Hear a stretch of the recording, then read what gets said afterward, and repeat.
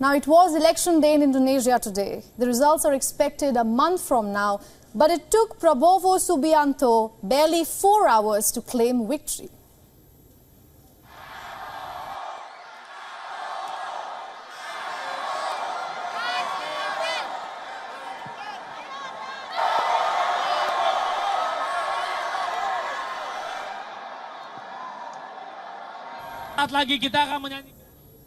These claims are based on early results from credible pollsters in Indonesia.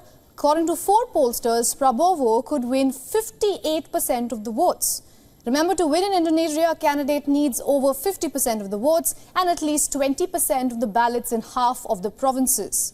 If Prabowo becomes the next president, his journey will be scripted in history. You see, Prabowo comes from an elite Indonesian family and was once a most respected economic planner. He became the Special Forces commander in 1990s but was dismissed from the military amid reports of rights abuses. Prabowo then went on a self-exile to Jordan and was even banned from the United States over the allegations. Since then, he made a complete U-turn by becoming the Defense Minister of Indonesia. And today we see he's probably going to become the next president of the country. This is not the first time Prabowo is eyeing the top seat. He lost in his 2 previous attempts. But this time, his golden ticket was current president's eldest son, Gibran Rakabuming Raka. The 36-year-old is celebrated for his work on the grassroots level, but he has his own set of controversies. President Joko Widodo has been accused of interfering in a court ruling that changed eligibility rules so that Gibran could run for the vice president's role. The Election Commission in Indonesia has not revealed the voter turnout yet. 205 million people were on the ballot. This was the world's biggest single-day election. About 290,000 candidates are fighting for 20,600 posts across the archipelago. World's 3rd largest country now has the mammoth task of counting the votes.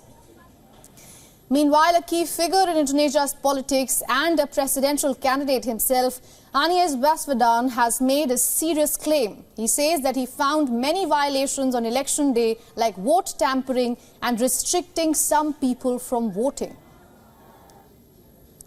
In about 35 days from now, we will have the clear winner, unless, of course, no one is able to win the mandate, which does not seem to likely to be the case. Now, Indonesia's new president will be inaugurated in October this year.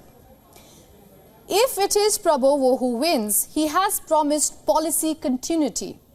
But analysts say that there are differences of opinion over an array of issues, like cabinet appointments, military and social service spending, and the placement of family members in the government.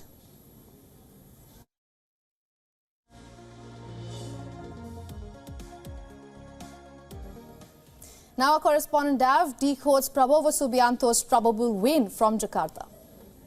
You know, in the last 2 elections, he ran as this strong man, the former 3-star general. But now he's come across on social media as this sort of cute, cuddly grandpa figure. And it's taken off, especially with this young population. And let's just give you some perspective here. Roughly half of the voters in this country are younger than 40. Roughly 1/3 are younger than 30. You have people in this country who were not even born yet in 1998 when the Suharto regime fell and all the violence that happened in this time. A lot of people, they weren't alive back then. And a lot of this is not taught to them in the schools. A lot of the children never really learned this growing up. So it makes it easier for him to remake his image, especially through social media, through the TikToks and the YouTube that so many of these young people are watching. They see him now as this cute, cuddly 72-year-old grandpa.